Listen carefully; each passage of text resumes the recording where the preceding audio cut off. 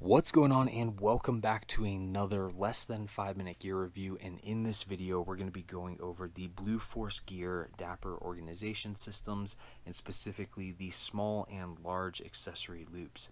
Now these guys are going to range from about $15 to about $25, and that's solely going to depend on the number of loops that you want, whether you want the smaller version or the larger version. So for the smaller version of the small accessory loops, you can go with a 3 loop system, or for the larger you can go with a 6 loop system.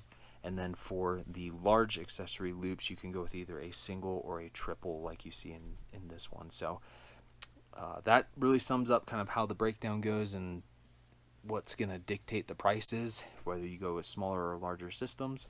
And then from there, when it comes to construction, it's really simple and straightforward. You have roughly an inch of elastic across any one of these systems, and then they just stitch in the various number of loops that you may need for either the small or the large. And then for the base, or I guess you could say even the foundation of the whole system, you have a section of Velcro. So you're going to have your loop side on the exterior, or the soft side, and then you're going to have your hook side on the interior. So that's really it when it comes down to the construction. As far as like setting everything up on these, we're utilizing these small ones for pistol mags, as well as multi-tools and other small equivalent size items. And then for the larger ones, we're using those for magazines, and roughly about the same size items for those as well. So overall, it does a really good job when it comes to organizing all of that stuff. Kind of gives you a frame of reference when it comes to what these guys are capable of holding. And then with that, it's really simple. You just slide whatever item through the elastic loop, and that is it. So the pistol mag ones, or the small accessory loops, definitely retain mags and smaller similar size items very well.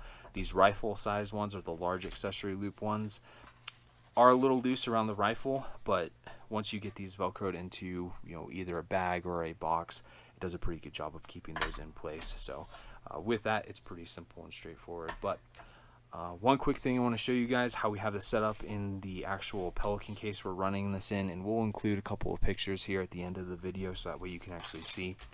We have on our long walls these large accessory loops, like so, roughly, and then on the side walls we have our small accessory loops, and then that way our rifle mags, full combat load, whatever that SOP is for you, we have those set up on the exterior, and able to hold all of that and stuff, or all in place I should say.